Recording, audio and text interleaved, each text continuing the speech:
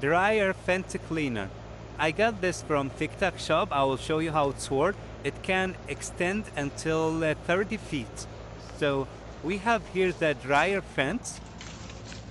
It needs to be clean. So you put it inside.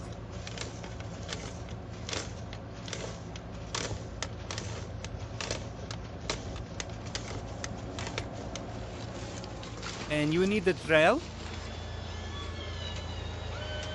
And it's gonna get all the dirt inside the dryer fence.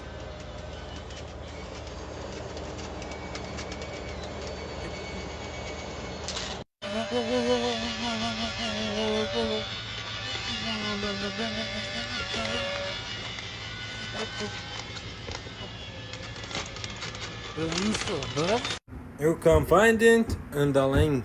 I like this.